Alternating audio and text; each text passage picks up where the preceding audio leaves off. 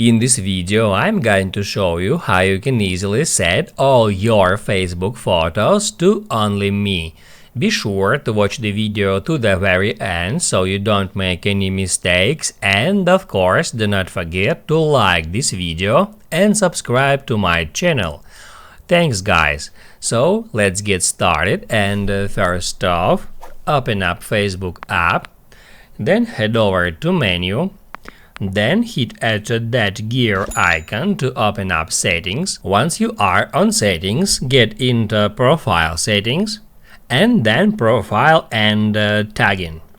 And then just under the tagging, you can easily find who can see posts you've tagged in on your profile.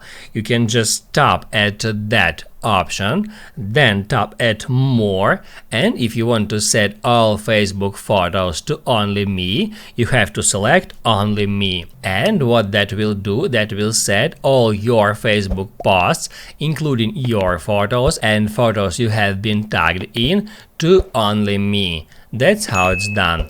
Now you can write down in the comments below if you have any questions about that tutorial. Hit the like button if you liked that video, and see you in the next one.